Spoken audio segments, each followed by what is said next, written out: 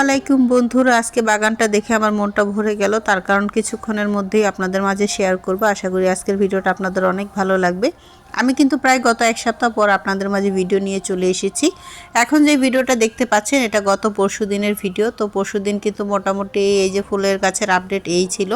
তো আমি কিন্তু নিয়মিত এখন ফুলের গাছের ওইরকমভাবে যত্ন নিতে পারি না, প্লাস লাউ গাছেরও। তারপর যতটুকু পারি চেষ্টা করি যত্ন নেওয়ার জন্য। সবাই আমার বাগানের জন্য দোয়া করবেন। যদিও একটু অযত্নে আছে, তবে পুরোপুরি না। এই যে দেখুন একটা কলি ধরেছে গোলাপ গাছে। তো কেন এই কলিটা দেখালাম কিছুক্ষণের মধ্যেই আপনাদের মাঝে শেয়ার করব। ইনশাল্লাহ আপনাদের নিশ্চয়ই আজকের ভিডিওটা ভালো লাগবে। আর গাছের অবস্থা দেখে নিশ্চয়ই বুঝতে পারছেন মোটামুটি ভালোই আছে।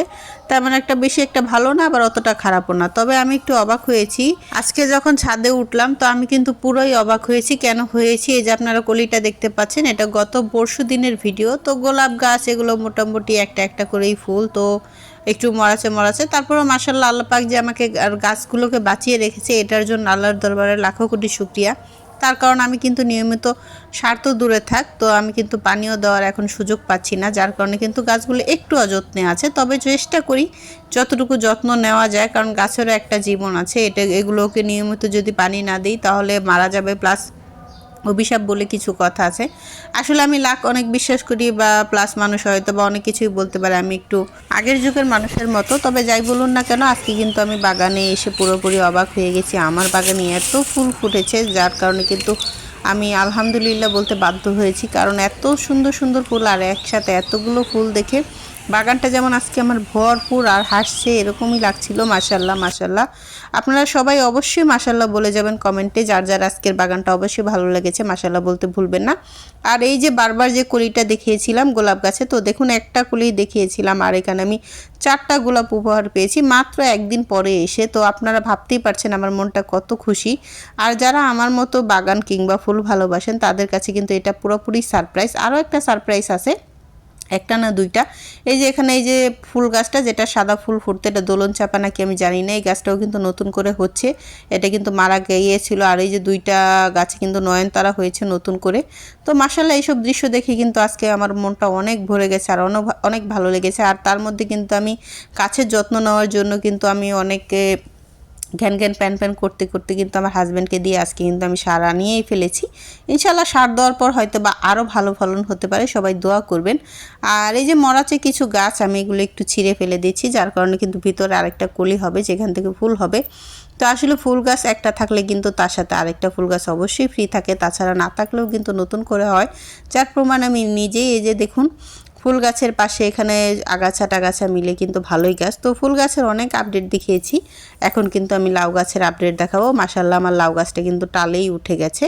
তো টালে উঠে গেছে কিন্তু তারপরও মাঝে মাঝে একটু নাড়াচাড়া দিয়ে ঠিক করে নিতে হয়। আর মাশাআল্লাহ অনেকগুলো কড়ি ধরেছে, যা আমি খুব শীঘ্রই আপনাদের মাঝে শেয়ার করব। তো জানি না হবে কিনা, ইনশাআল্লাহ আল্লাহ চাইলে ফুল গাছে এই কড়িগুলো হতেও পারে, লাউয়ে রূপান্তরিত হতে পারে, সবই আল্লাহর দান।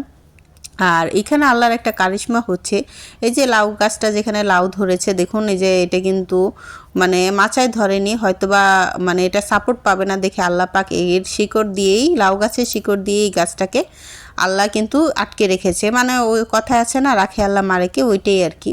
তো আল্লাহ পাক কিন্তু মানে মানুষকে শুধুমাত্র সাহায্য করে না, সব আল্লাহ পাক সমস্ত পৃথিবীর জন্য, সমস্ত মহাবিশ্বের জন্য, মানে আকাশ পাতাল জমি সব কিছুর জন্যই মহান আল্লাহ পাক। তার প্রমাণ কিন্তু এই ছোট্ট লাউটা আবার আমাকে দিয়েছে। কারণ এই যে দেখুন এই লাউটার যে একটা অবস্থা, মানে হয়তোবা এই লাউটা হয়তোবা ভারে যদি আল্লাহ পাক এটাকে বড় করে আর কি, তো হয়তোবা এটা ভার নিতে পারবে না, যার কারণে কিন্তু আল্লাহ পাক অগ্রিম এটার ব্যবস্থা করে রেখেছে, এর শিকড় দিয়ে একে বাঁচিয়ে রেখেছে। তো এইসব দৃশ্য দেখলে কার না ভালো লাগে বলুন। আমার খুবই ভালো লাগে লাউ গাছের বা এইসব বাগানের দৃশ্য দেখতে। তাছাড়া আমি বাগান প্রেমী, আপনারা সবাই জানেন। আর যারা যারা গাছ ভালোবাসেন তারা অবশ্যই আমার এই ভিডিওটাকে অনেক পছন্দ করবেন, আর লাইক কমেন্ট শেয়ার করতে ভুলবেন না। আর যারা নতুন বন্ধু আছেন অবশ্যই পুরোটা ভিডিও অবশ্যই দেখবেন, আর স্কিপ করবেন না, আর চ্যানেলটি সাবস্ক্রাইব করে রেখে যাবেন। আর নতুন নতুন ভিডিও পেতে চাইলে কিন্তু বেল আইকনে ক্লিক করে যাবেন। তো আজকে আমি আপনাদের এত খুশির খবর দেখাচ্ছি, যার কারণে কিন্তু আজকে আমার মনটা একটু খারাপ ছিল, কিন্তু এইসব দৃশ্য দেখে আর এই লাউ গাছ এই সব কিছু মিলে আর কি, লাউ ফুল বাগান মানে সব কিছু দেখে মানে আজকে আমার মনটা অনেক ভরে গেছে। আর এই যে এত সুন্দর সুন্দর দৃশ্য কার না ভালো লাগে বলুন। আমি বরাবরই বলি যে আমার গাছ খুবই ভালো লাগে। আমি জানি না আমার এই কথাগুলো আপনারা কিভাবে নেন না, কিন্তু আমি জানি আপনাদের কাছে অবশ্যই আমার আজকের ভিডিওটা অনেক বেশি ভালো লাগবে, কারণ আমার বাগান কিন্তু ছোট্ট একটা নার্সারি হয়ে গেছে। তবে নার্সারি বললে ভুল হবে, এটা তো আমার বাগান, তবে নার্সারি থেকে কিন্তু কোনো অংশে কম না। আমার এখানে কিন্তু হরেক রকম ফুল গাছ আছে। সবাই আমার বাগানের জন্য আজকে দোয়া করবেন, আমার বাগানটা যেন আরও বড় করতে পারি, আরও সুন্দর সুন্দর। আসলে অনেকে আবার বলতে পারেন আপনি তো শুধু ফুলের বাগান করেছেন, ফলের বাগান করেননি কেন? আসলে আমার ফলের বাগানের প্রতি তেমন একটা আগ্রহ নেই, আমার কিন্তু বেশিরভাগ ফুলের বাগানের দিকে আগ্রহ, কারণ আমার কাছে ফুল খুবই ভালো লাগে। আমি ছোটোবেলা থেকেই ফুলকে খুবই ভালোবাসি, আমার খুবই ভালো লাগে। আমি ছোটোবেলা থেকে ঘাস ফুল বলুন বা রাস্তায় কুড়িয়ে ফুল বলুন, আমি যে কোনো ফুলই ভালোবাসি। আমার ছেলেটাও আমার মতোই হয়েছে, ও কিন্তু ফুলের একটা গাছও যদি রাস্তায় কুড়িয়ে পায় আমার জন্য ও নিয়ে আসে, কারণ জানে আমি এই গাছটাকে খুব যত্নে লাগাবো। তো আজকের ভিডিওটা আসলে আর বেশি বড় করব না। আজকের ভিডিওটা যার যার ভালো লেগেছে লাইক কমেন্ট শেয়ার করতে ভুলবেন না, আর নিয়মিত আমার চ্যানেলে সবগুলো ভিডিও দেখার চেষ্টা করবেন। আমি কিন্তু প্রায় এক সপ্তাহ পর ভিডিও নিয়ে এসেছি, এজন্য আমি দুঃখিত।